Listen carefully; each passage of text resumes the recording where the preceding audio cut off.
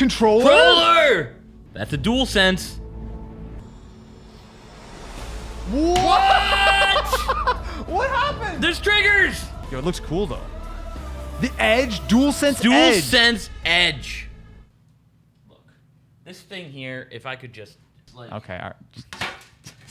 Who needs this one? So the PlayStation Edge controller is official. The PS5 Pro controller that has been promised has been delivered. Let's set the stage here. I have the dumbest joke. Do it, do it. Hit us, Matt. Would you say that this new DualSense controller is cutting edge?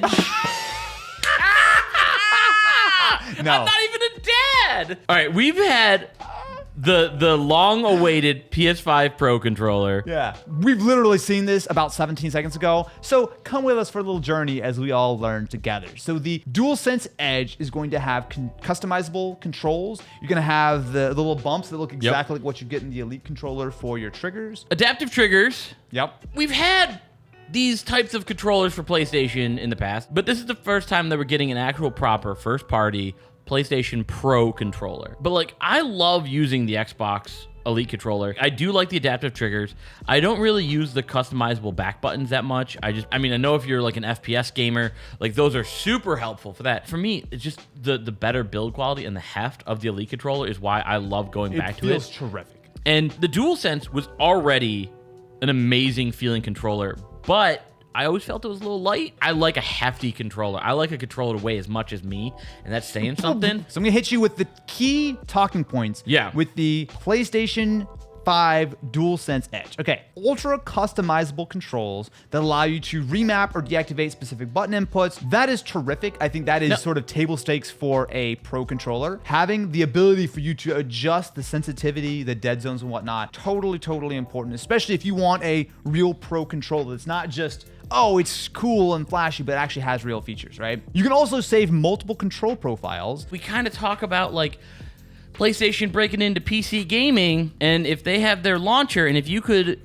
grab all your trophies, all your cloud saves from the game, but then also your profiles. I don't see any reason why they wouldn't that'd be let you do great. that. That'd be great. So there is an on-controller user interface, which has a dedicated function button to allow you to easily adjust your setup while staying focused on the in-game option. So the idea is that unlike what you do on the Xbox, which is going into the Xbox controllers or whatever that app. Yeah, you can actually do this as it looks like inside the actual menu of the PS5. So you hop in, tweak your dead zone a little bit, hop back out without having to leave the game, which is terrific. There's also, again, very Elite controller-esque, changeable stick caps and back buttons. So it comes with 3 stick caps, very much familiar if you're used to the Elite controller. Now, it's interesting because I believe the Elite controller has 4 paddles you can connect to the back, but they only did 2 here. Do you care at all about that? I do know that they're useful for a lot of like FPS stuff. Yeah.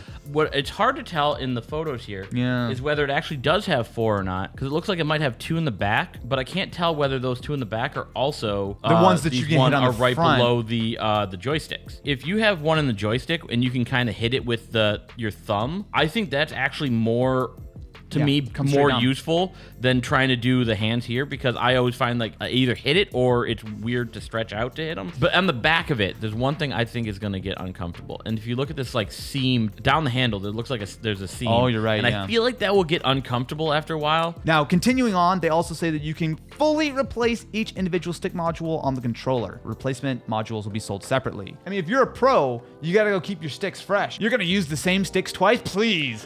Use them once, throw them away, obviously, right? Well, the cool thing about when you have something that's like modular like that, Yeah. it does look like they're easily user serviceable.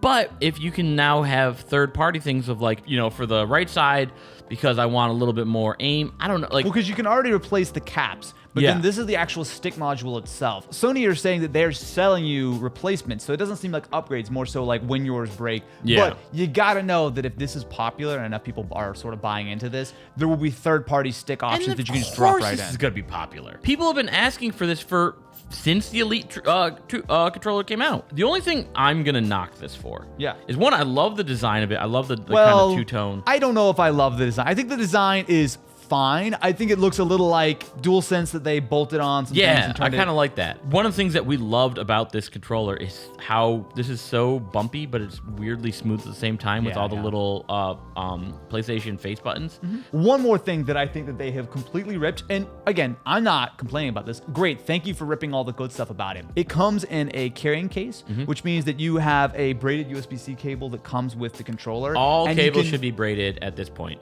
I mean, I will die on this hill. The other thing is you can actually keep the controller charged via the case. So you don't have to pull the controller out, plug it in. It's going to have a little pass-through or something inside the case, just like the Elite Series 2 does. So if you're going to be using this wired, which you're a real pro, of course you're no wired. Latency. We don't compromise as gamers.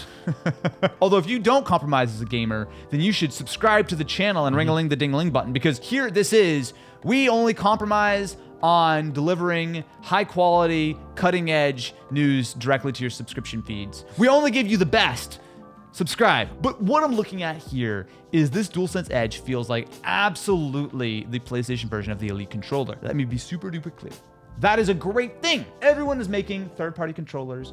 Everyone is jumping on this sort of bandwagon, whether it's Razer, whether it's Scuff, whatever the case is. To have a first-party controller with that deeper integration, with the high-quality build, and hopefully a reasonable price, although they are very specifically telling us nothing about anything beyond launch timing, which is going to be announced in the coming months. I feel like it's safe to say it's at a minimum $200. 180 to 200 is my thought. Yeah. One of those things, I feel like, all right, it's gonna be like 200, 220, and then just constantly on sale for like 180. Sony in general has been making these great integrations with the PlayStation. They got their in-zone line, like their headphones have the great integration with PlayStation. Yeah.